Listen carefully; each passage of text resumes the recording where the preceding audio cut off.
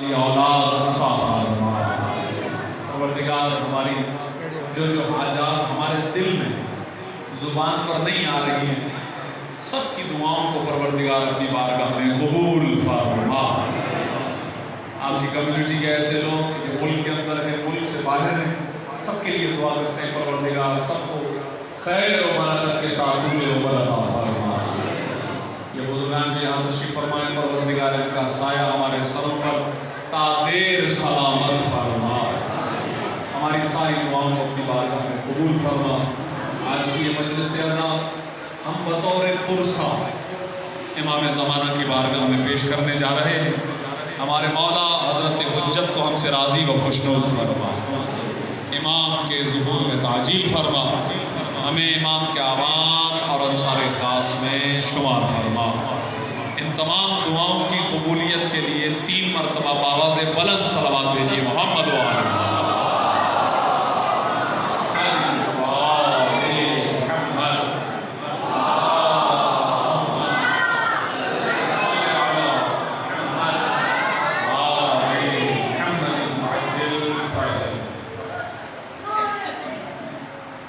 اتفاق سے جب میں آ رہا تھا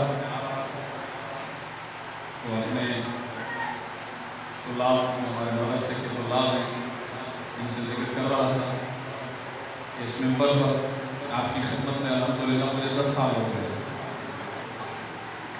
10 سال سے مسلسل آپ کی خدمت میں آنے کا شرف حاصل ہوتا رہا ہے۔ تو کوتا اور طویل دونوں گفتگو آپ سن چکے، اور اس مجلس سے اعزاز کے لیے خطاب کیے ہوئے غالباً اگر میں غلط نہیں کہ مجھے 4واں برس ہے کہ اس مجلس سے اعزاز کے خطاب کا شرف حاصل کر رہا ہوں۔ 7ویں امام پر گفتگو کرنی ہے، اور اس گفتگو کے لیے میں نے جس آیت شریفہ کا انتخاب کیا ہے یہ سورہ مبارکہ انبیاء کی آیت نمبر 13 ہے،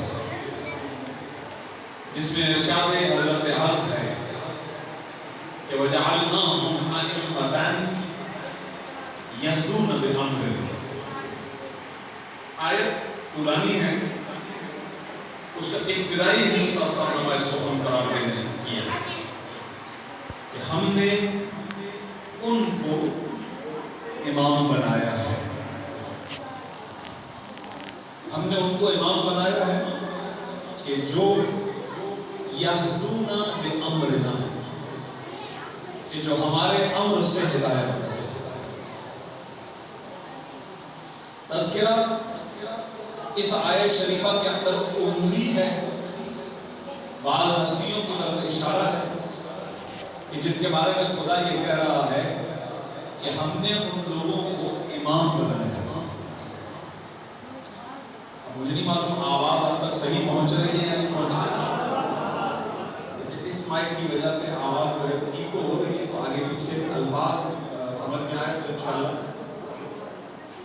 اور ہمارے خاص طور پر برادری محترم حسین بھائی اور ان کے والد صاحب ابھی اس وقت سعودی عرب کے اندر مکہ و مدینہ کے اندر ہیں، زیارت کر رہے ہیں، پروردگار ان کی زیارت قبول فرمائے انشاءاللہ، اور ہمیں بھی انشاءاللہ ختمی مرتبہ کی خبر مبارک اور پروردگار عالم کا گھر دیکھنا نصیب ہو انشاءاللہ۔ اللہ کچھ ہستیوں کا تذکرہ کرتے ہوئے ارشاد فرماتا ہے کہ ہم نے انہیں امام بنایا۔ قرآن کی آیت اس پہلے ٹکڑے سے یہ بات واضح ہو جاتی ہے کہ مخلوق کے لیے رہنما بنانے کا اختیار مخلوق کے ہاتھ میں نہیں ہے، اللہ کے ہاتھ میں۔ امام اللہ قرار دیتا ہے، اب چاہے آپ اس کے لیے کوئی بھی لفظ استعمال کریں، اگر آپ اس کے لیے لفظ خلیفہ استعمال کریں گے تو بھی قرآن میں اس آیت ہے۔ حضرت آدم کی تخلیق کا سلسلہ جہاں سے گفتگو شروع ہوتی ہے سورہ مبارکہ بقرہ کی آیت نمبر 30-31 سے، وہاں بھی پروردگار عالم نے یہی ارشاد فرمایا وَإِذْ قَالَ رَبُّكَ لِلْمَلَائِكَةِ إِنِّي جَاعِلٌ فِي الْأَرْضِ خَلِيفَةً۔ یہاں پر بھی لفظ آیا جعلنا، بنانا، قرار دینا۔ خلیفہ ہم بناتے ہیں، امام ہم بناتے ہیں، نبی ہم بناتے ہیں، رسول ہم بناتے ہیں۔ مخلوق کو اس چیز کا اختیار نہیں ہے، اس لیے نہیں ہے کہ مخلوق وہ خود محتاج ہے، تو جو خود محتاج ہو وہ کسی کی احتیاج کو کیسے ختم کر سکتے؟ لہذا مخلوق کو خود رہنمائی کی ضرورت ہوتی ہے، اسی لیے پروردگار عالم نے رہبر، گائیڈ کرنے والا، ہدایت کرنے والا، یہ خدا نے ذمہ داری اپنے پاس رکھی ہے۔ کئی آیات میں سورہ مبارک کے لیل میں پروردگار عالم نے صراحت کے ساتھ ارشاد فرمایا ہے کہ اِنَّا عَلَيْنَا لَلْهُدَىٰ، ہدایت ہماری ہی ذمہ داری ہے، یعنی ہادی ہم دیں گے، امام ہم بنائیں گے، نبی ہم بناتے ہیں، رسالت ہمارا عہدہ ہے، یہ تمام عہدے پروردگار عالم خود دیتا ہے، خدا خود سلیکٹ کرتا ہے۔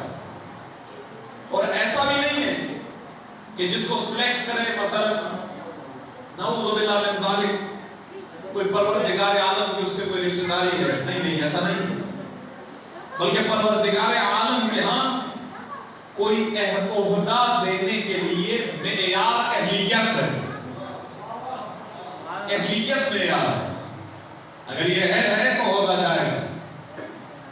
نہیں میں زیادہ دور نہ جاؤں، فقط اشارتاً عرض کرتا ہوا آگے بڑھوں کہ حضرت نوح نے کہا پروردگار بہت تبلیغ کی، اب ان پہ عذاب نازل کر دے، تو جن پر تبلیغ کی ان میں ان کے اپنے گھر والے بھی تھے، پروردگار نے کہا کشتی بناؤ اور سب کو بلاؤ، جو آ جائے وہ بچ جائے گا، جو کشتی میں سوار نہیں ہوگا وہ ہلاک ہو جائے گا۔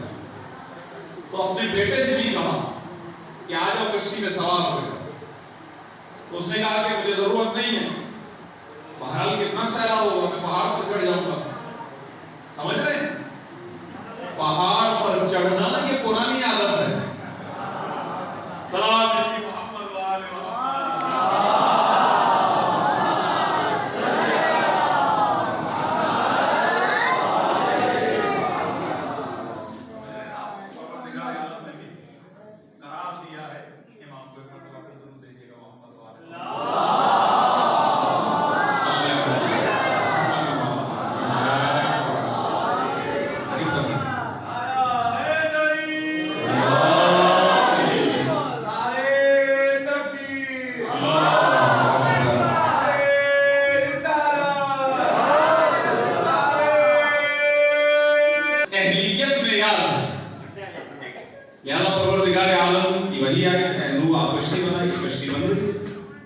بیٹے کو کہہ رہے ہیں کہ سوار ہو جانا، سیلاب آ جائے گا، میں پہاڑ پر چڑھ جاؤں گا، ٹھیک ہے۔ اچھا اب جب سیلاب آیا تو قرآن نے اس منظر کو لکھا، توجہ ہے آپ حضرات کی میری طرف انشاءاللہ۔ جب کشتی اور پانی بڑھنے لگا اور دیکھا گیا کہ آہستہ آہستہ لوگ غرق ہو رہے ہیں، حضرت نوح کی باتیں صحیح قرار پائیں، تو ہوا یہ کہ حضرت نوح نے دیکھا کہ ان کا بیٹا جو ہے قریب ہے کہ غرق ہو جائے، تو اس وقت باپ کی جو بیٹے سے فطری محبت ہوتی ہے وہ آشکار ہوئی، ظاہر ہوئی۔ قرآن میں الفاظ ہیں، کہا پروردگار تیرا وعدہ تو حق ہے، انہو من اہلی، لفظ اہل استعمال، انہو من اہلی، پروردگار تیرا وعدہ تو حق ہے، جو تُو نے کہہ دیا وہ تو ہوگا رہے، ہو کر رہے گا، لیکن پروردگار یہ میرا اہل ہے، یہ میرا اہل ہے، نبی کہہ رہے یہ میرا اہل ہے، آیت ہے فَإِنَّهُ لَيْسَ مِنْ أَهْلِكَ، اے نوح یہ تیرا بیٹا ہے لیکن تیرا اہل نہیں ہے۔ بیٹا ہونا اور ہے، اہل ہونا اور ہے۔ قرآن سمجھا رہا ہے کہ حقیقی بیٹا، خونی رشتے کا بھی بیٹا، اگر اس کے اندر اہلیت نہ ہو تو خدا کہتا ہے یہ اہل نہیں ہے، لیکن بیٹی کے بھی بیٹے، اللہ اکبر، ہیں بیٹی کے بیٹے، لیکن اگر رسول کہتے ہیں کہ یہ میرے اہل ہیں تو قرآن کی آیت نازل ہو جاتی ہے، صلوات بھیجیے محمد و آل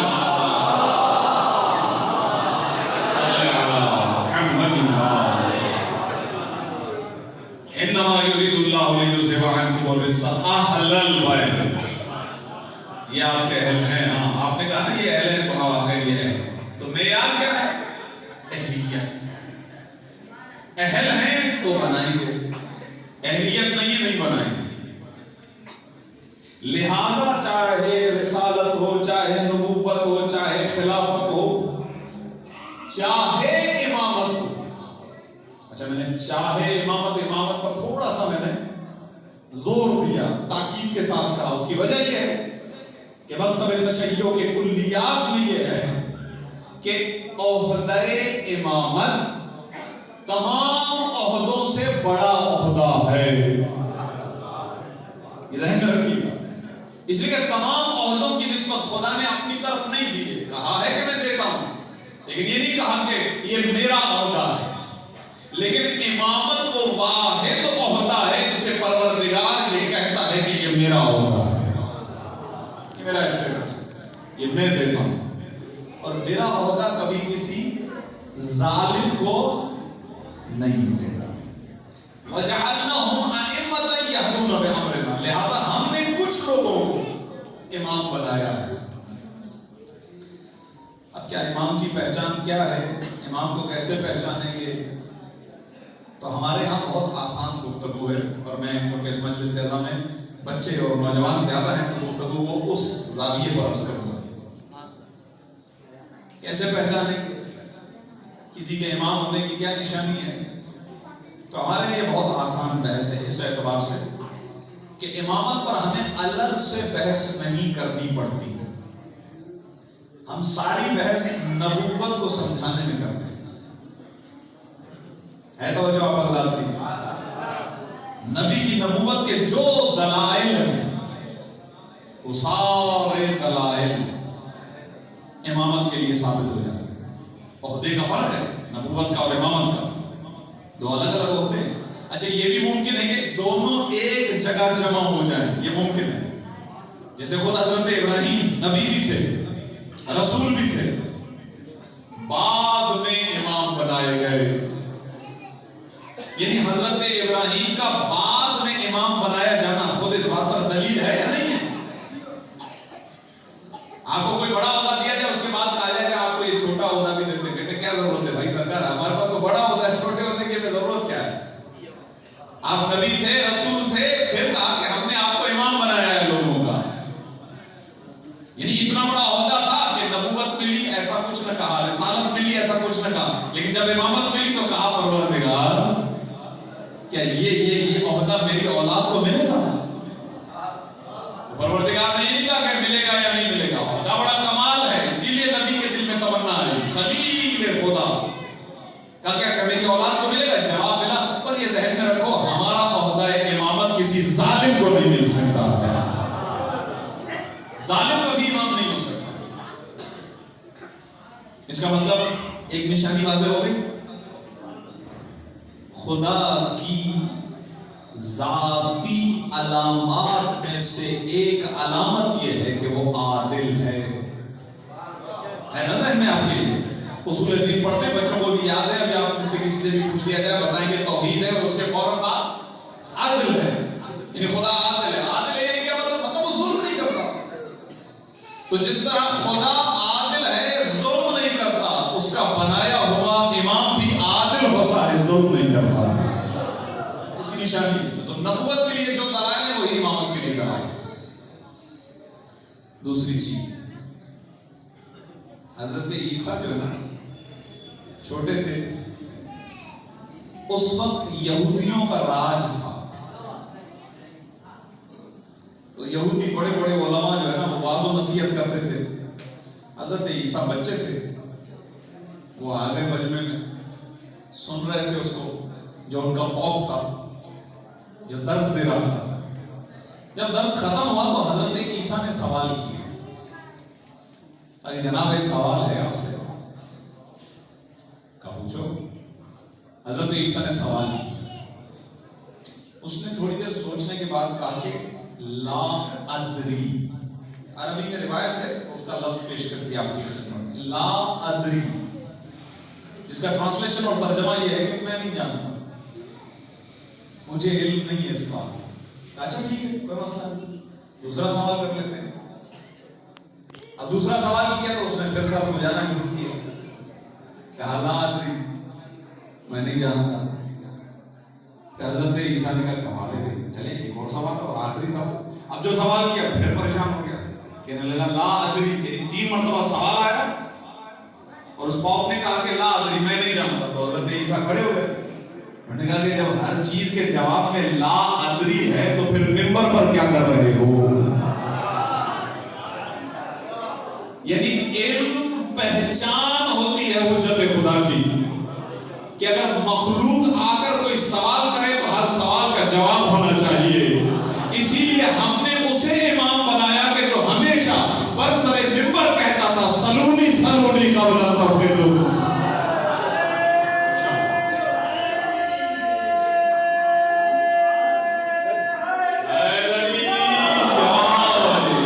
امام جو ہوتا ہے اس کی دوسری فضیلت، سمجھ رہے ہیں باتوں؟ انشاءاللہ باتیں پہنچ رہی ہیں، عقیدے بھی بن رہے ہیں آہستہ آہستہ۔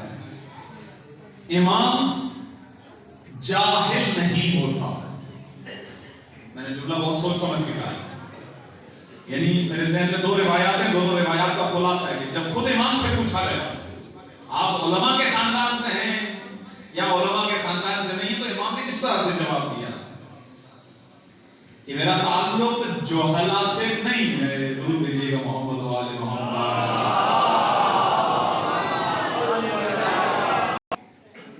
پروردگار عالم ان کو صحت و سلامتی عطا فرمائے انشاءاللہ۔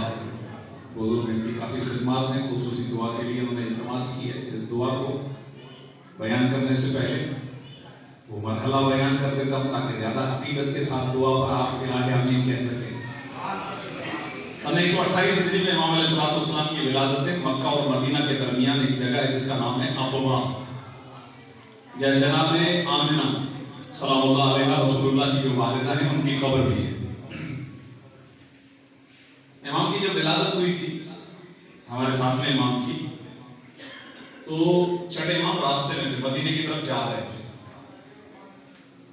جب ولادت ہوئی تو راوی کہتا ہے کہ امام علیہ السلام نے منظر بیان کیا ولادت کا۔ توجہ میری طرف رکھیے، کوئی مسئلہ نہیں ہے، بچے انشاءاللہ ظاہر ہے کہ ان کا اپنا مزاج ہوتا ہے، آپ جتنے بھی بڑے بیٹھے مجلس کی طرف متوجہ رہیں، شہزادوں کو بیٹھنے دیں، کوئی حرج نہیں ہے اس میں۔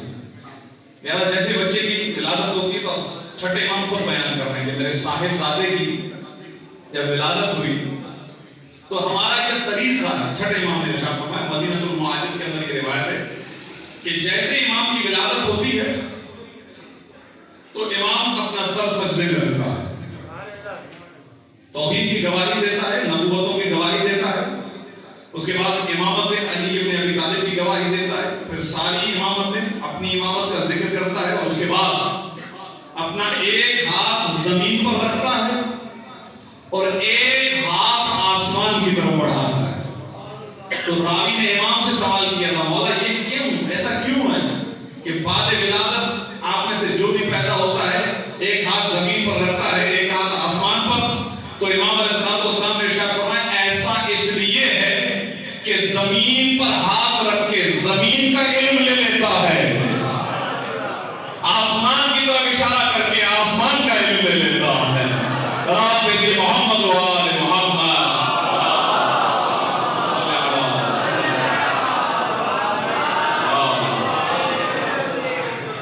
ائمہ معصومین کی ولادتیں بھی معجزہ ہوتی ہیں، لہذا ہمارے قادر محترم سجاد علی ان کے لیے اللہم صلی علی محمد، ان کی اولاد کے لیے خصوصی دعا کی التماس کی گئی ہے۔ امام موسیٰ کاظم باب الحوائج کی عظمت کا واسطہ دیتے ہیں پروردگار عالم برادر محترم سجاد بھائی کو، اور اس طرح تمام وہ مومنین جو بے اولاد ہیں، پروردگار انہیں نیک صالح اور اہل بیت کی عاشق اولاد عطا فرما۔ ایک مرتبہ اس دعا کی قبولیت کے بعد بلند سلام دیا کیجئے محمد و آل محمد و آل۔ اب یہ علم بھی کیسا علم ہے جو علامت امام ہے؟ لیکن میں اور آپ جو علم حاصل کرتے ہیں، ہماری منظر کشی قرآن نے بڑی خطرناک کی ہے۔ واللہ اخرجکم من بطون امہاتکم لا تعلمون شیئا اللہ جب تمہیں تمہاری ماں کے شکم سے نکالتا ہے، یعنی خدا جب تمہیں دنیا میں لاتا ہے تو تمہاری حالت یہ ہوتی ہے کہ لا تعلمون شیئا، تم کچھ بھی نہیں جانتے، بالکل جاہل،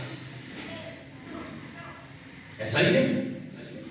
پھر ہم تھوڑے سے بڑے ہوتے ہیں تو کچھ امی سکھاتی ہیں، کچھ ابا سکھاتے ہیں، پھر کسی مدرسے میں جاتے ہیں، پھر اسکول میں جاتے ہیں، پھر تھوڑا سا اور پڑھ لیتے ہیں، یونیورسٹی جاتے ہیں، کالج جاتے ہیں، مختلف انسٹیٹیوٹس کے اندر شارٹ کورسز کرتے ہیں، حضوری تعلیم حاصل کرتے ہیں، عالم بنتے ہیں، ادیب بنتے ہیں، فاضل بنتے ہیں۔ اچھا، اس میں بھی ایک چیز واضح ہے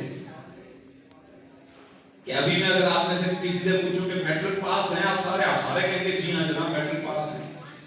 اچھا بتائیے گا کہ میٹرک کے اندر جو ہے آپ نے کیا کیا پڑھا؟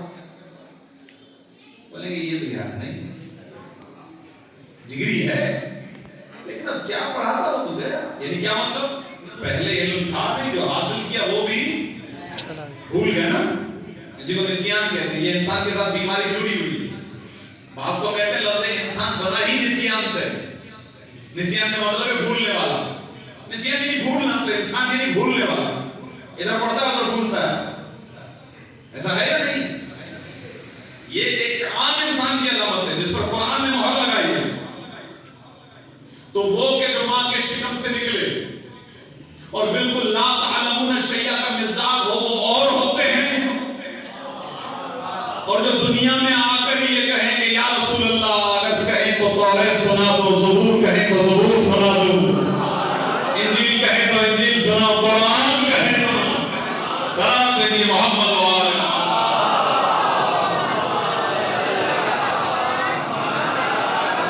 یہ امام کی علامت ہے۔ اب آپ کہیں گے ساتویں امام کی بات ہے، یہ جملہ تو امام علی علیہ السلام کا تذکرہ ہے، جب کہ آپ سن چکے تو ساتویں امام جگہ بالکل۔ راوی کہتا ہے کہ میں چھٹے امام کے گھر گیا مبارکباد دینے کے لیے۔ جب امام کے گھر گیا تو اس وقت امام علیہ السلام نے جیسے ہی مجھے آتے دیکھا تو مولا نے کہا وہ اس جھولے میں تمہارا مولا ہے، جاؤ اس کو سلام کرو۔ اور فرمائیے گا اب یہ راوی کہتا ہے کہ میں جیسے گیا تو وہ بچہ ایک ہے جو جھولے میں ہے، میں قریب گیا، لیکن جو کہ بچے سے کیا بات کروں، سمجھ رہے ہیں نا، بچے سے کیا بات کروں۔ یہ قرآن کی آیتیں بھی یہودیوں نے بھی کہا تھا حضرت عیسیٰ کے بارے میں جب جناب مریم نے اشارہ کیا تھا کہ ہم کیا بچے سے بات کریں، ابھی تو یہ جھولے میں ہے، تو کہہ رہا میرے دل میں یہی خیال آ رہا تھا، تو میں نے ایسے ہی سلام کر دیا، السلام علیکم یا مولا، یا اگر مولا آپ پر سلام، وہاں سے جواب آیا۔ اس بچے نے جواب کہتے ہی فوراً کہا اذهب وغیر اسم بنت ابنتک، ابھی سے یہاں سے جا اور جا کر تو اپنی بیٹی کا نام بدل دے، اس لیے کہ تو نے جو اپنی بیٹی کا نام رکھا ہے وہ خدا کو پسند نہیں۔ سمجھ رہے ہیں، امام جھولے میں یہ امام کی علامت ہے، پہلے دن کا بھی ہو تو علم الہی لے کر آتا ہے۔ اس وقت چلا جا فغیر اور بدل دے اپنی بیٹی کا نام میں جو تم نے رکھا ہے۔ وہ کہتا ہے میں پریشان ہو گیا، یہ بچہ مجھے کیا کہہ رہا ہے، وہ تیزی سے چھٹے امام کی طرف آتا کہتا ہے مولا میرے ہوش حواس عجب ہو گئے ہیں۔ مولا نے کہا کہ کیا ہوا؟ آپ مجھے ابھی واقعاً بیٹی پیدا ہوئی ہے، میں نے اس کا ایک نام رکھا ہے، لیکن یہ بچہ کہتا ہے وہ نام بدل دے، ایسا کیوں ہے؟ تو کہا جیسا میرے بیٹے نے کہا ہے ویسا کرو، یہی تمہاری اطاعت کہلائے گی۔ صلوات بھیجیے محمد وآلہ۔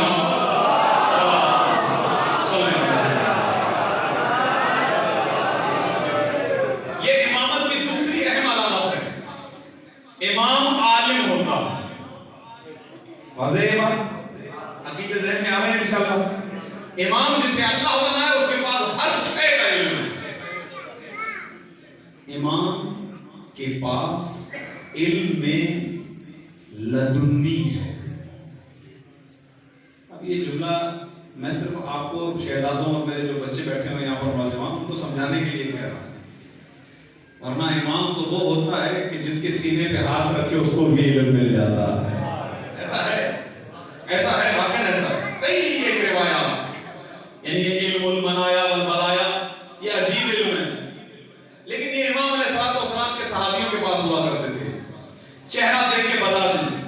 کب پیدا ہوا، کب مرے گا، کیسے مرے گا، دیکھ کے بتا دیں۔ جس امام کے شاگرد کا ایسا علم ہو، اس امام کا علم کیا ہو سکتا ہے؟ تو علم پر تو جتنی بات کی ہے وہ کم ہے۔ اس زمانے کے میجر ایشو، سب سے بڑے مسائل، عقیدے کے مسائل، رک کے یہ بات عرض کر رہا ہوں کہ یہ ہمیشہ سے بادشاہوں کی کوشش رہی ہے۔ نہیں معلوم ممبر پر کس حد تک یہ باتیں مفید رہتی ہیں یا نہیں رہتی ہیں، لیکن اشارہ دے کے گزر جاؤں۔ وہ یہ ہے کہ بادشاہوں کی یہ کوشش رہی کہ اپنا اقتدار اور اپنی سلطنت بچانے کے لیے، جملے کی طرف توجہ کیجیے گا، اپنا اقتدار اپنی سلطنت کو بچانے کے لیے ہمیشہ شریعت کو روندتے ہیں اپنے پیروں تلے، حکم الہی کو پست کر دیتے ہیں، حکم الہی کو ختم کر دیتے ہیں، فقط اپنی پاور، اپنا تخت، اپنا تاج بچانے کے لیے شریعت کی پامالی ہوتی ہے۔ اور یہ طول تاریخ میں ہم نے دیکھا ہے۔ ساتویں امام کا زمانہ وہ زمانہ تھا کہ جہاں پر عقائد ادھر سے ایک عقیدہ، ادھر سے ایک عقیدہ، ادھر سے ایک عقیدہ، جان بوجھ کر عقائد کو کریٹ کیا جاتا تھا، اور حکومتی سرپرستیوں میں یہ ہوا کرتا تھا تاکہ یہ آپس میں لڑتے رہیں، کسی ایک بات پر جمع نہ ہو پائیں، ان کو آپس میں انتشار کا شکار رکھا جائے۔ انہی میں سے ایک سب سے بڑا مسئلہ عقیدے کا تھا۔ وقت نہیں ہے کہ میں اس کی طرف جاؤں، صرف اشارہ دیتا ہوں، گزر جاؤں گا۔ عقیدہ جبر، عقیدہ تفویض، کہ بادشاہ جو بھی کرتا ہے اسے اللہ کرواتا ہے، لہذا برداشت کرو۔ سمجھ رہے ہیں آپ کی باتیں؟ یہ عقیدہ ایسا لوگوں کے ذہنوں میں بٹھا